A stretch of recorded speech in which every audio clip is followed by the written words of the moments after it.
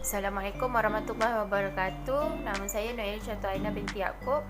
Okey, hari ini saya ingin menerangkan tentang latar belakang syarikat Johnson & Johnson. Okey, syarikat Johnson & Johnson ni ialah merupakan salah satu syarikat pembuatan barangan pembungkusan farmaseutical dan pengguna dan peranti perubatan multinasional kepada Amerika Syarikat yang ditubuhkan pada tahun 1886. Saham biasa ialah merupakan komponen Dow Jones Industrial Average dan syarikat itu disenaraikan di bawah Fortune 500. Johnson & Johnson ni beribu pejabat di New Brunswick.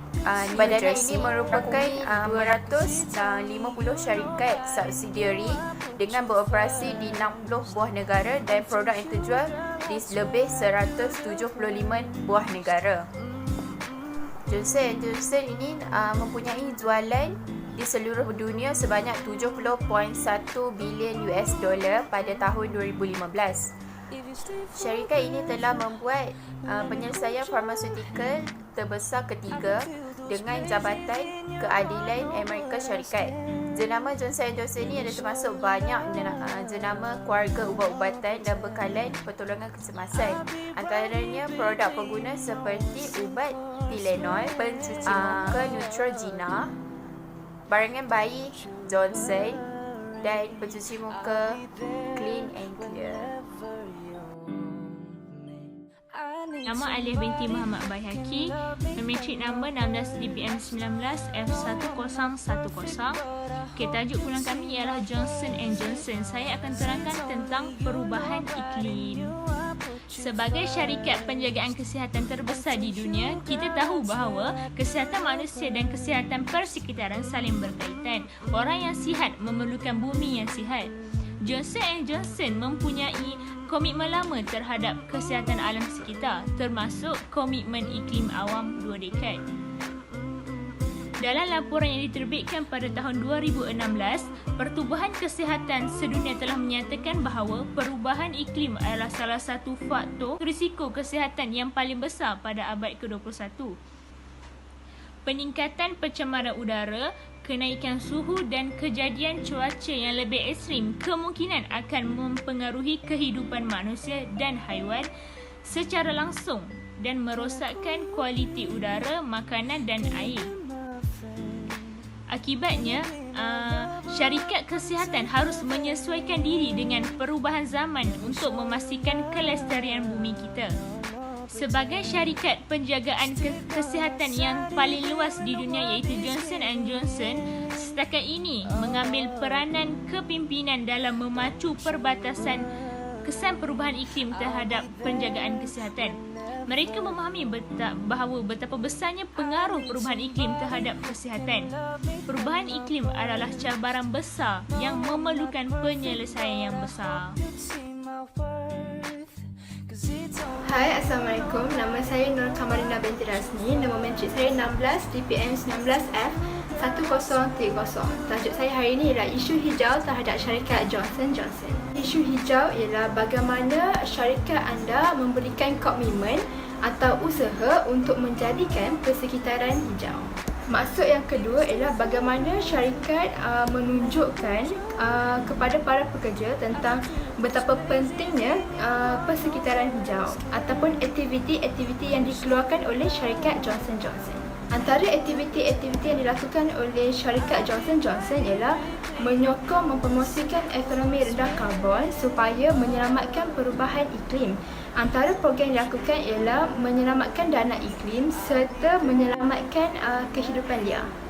Dan antara sebab kenapa mereka membuat aktiviti mempromosikan dana tersebut kerana mereka juga ingin mengekalkan tahap prestasi syarikat mereka agar bertahan lama serta dapat memberikan sumber tenaga yang baik kepada syarikat mereka sendiri. Itu sahaja dari saya. Sekian, terima kasih. Assalamualaikum warahmatullahi wabarakatuh dan salam sejahtera. Nama saya Nur Ali binti Muhammad Nizam, nombor menteri 16 DPM 19F1036 dan saya daripada kelas DPM 4B. Dan saya akan menerangkan tentang pendapat tentang kelestarian syarikat Johnson & Johnson. Okey, syarikat Johnson & Johnson telah beroperasi selama 135 tahun dan bertahan sehingga sekarang. Okey, kenapa syarikat Johnson & Johnson dapat bertahan sehingga sekarang?